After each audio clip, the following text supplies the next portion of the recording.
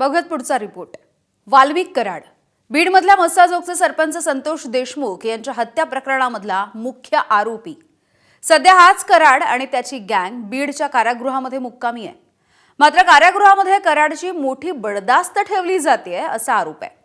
बीडचा दुसरा कुख्यात गुंड सनी आठवले याच्या कथित एका ऑडिओ क्लिपमुळे एकच खळबळ माजली आहे.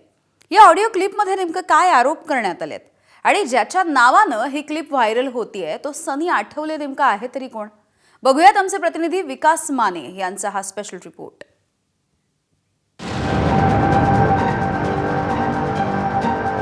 बीड कारागृहात वाल्मिक कराडची दहशत.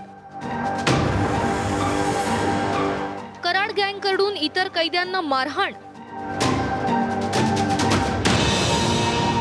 जेल प्रशासन कराडच्या ताटाखालचं मांजर. हे प्रश्न जन्माला घातले आहेत सनी आठवले नावाच्या बीडमधील कुख्यात गुंडाच्या कथित ऑडिओ क्लिपनं.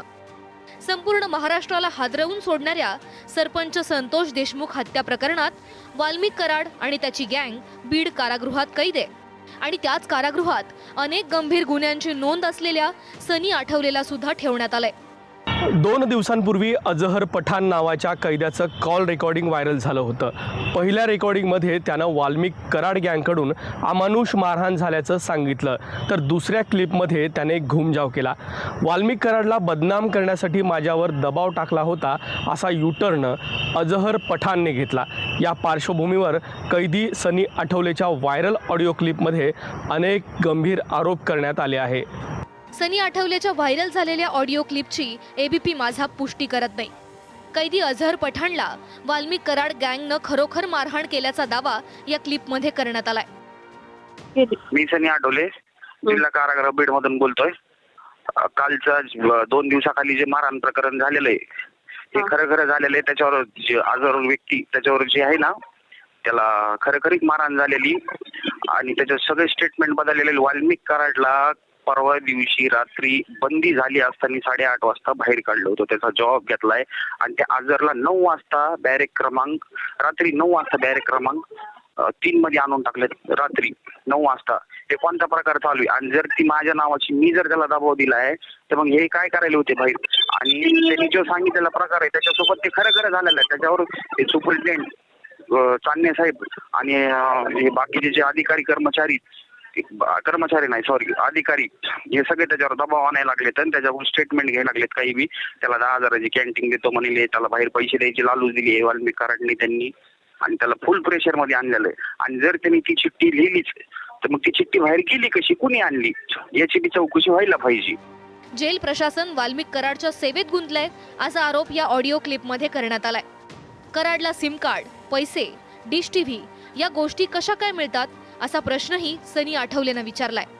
घरची पत्का येऊन चेक करायला पाहिजे. हे तुम्ही सगळे बाहेर सांगा, हे मीडियाला सांगू द्या आणि हे माझे क्लिप तुम्ही व्हायरल करा वाटलं. आणि त्याच्याकडे कार्ड किती, कोणाच्या नावावर कार्ड आहे हे मला मध्ये येऊन भेटा म्हणावं. झडती पत्काला मी सगळं सांगतो. त्याला कॅन्टीन कोण देते, कोणता कर्मचारी कुठून पैसे आणून देते, कोण पैसे घेतात हे सगळं मला माहिती इथे जेलमध्ये. त्याच्यामुळे ह्यांना मी नकोय म्हणून ह्यांनी माझं ह्याच्यात नाव गवलंय आणि मला इथून जेल बदली करण्याचा प्रयत्न आहे. मागचे जेल प्रशासन सगळं वाल्मिक कराडच्या जीवावर चलतंय आणि हे माझ्या नावाचा नाक वापर करून आमची बदनामी करायला लागली. ते परभणीचं त्यांचं तर काही संबंध नाही. त्या हे सगळं इथं पैशाचं देवाण घ्यावण चलतंय सगळं. वाल्मिक कराडला डिश टीव्ही कस काय दिली 2 दिवसात? सगळ्यांच्या डिश टीव्ही बंद आहेत, त्यांना डिश टीव्ही दिली नवीन सेटअप बॉक्स आणून. सगळी व्हीआयपी सुविधा भेटते यांना इथं. आता ज्या सनी आठवलेची ही ऑडिओ क्लिप असल्याचा दावा केला जातोय तो सनी आठवले नेमका कोण आहे ते बघूया. बीडमधील कुख्यात गुंड म्हणून सनी आठवलेची ओळख आहे. खंडणी, मारहाण, बनावट नोटा छापण्याचा आणि हत्येचा प्रयत्न अशा गुन्ह्यांची त्याच्यावर नोंद आहे. अक्षय आठवले, सनी आठवले आणि आशिष आठवले या 3 भावांची टोळी आहे. तिन्ही भावंडांवर अनेक गंभीर गुन्हे दाखल आहेत. सनी आठवलेने काही दिवस वाल्मिक कराडसोबत काम केलं, मात्र काही कारणांमुळे आठवले आणि कराडमध्ये बिनसलं. त्यानंतर आठवले कराडपासून वेगळा झाला.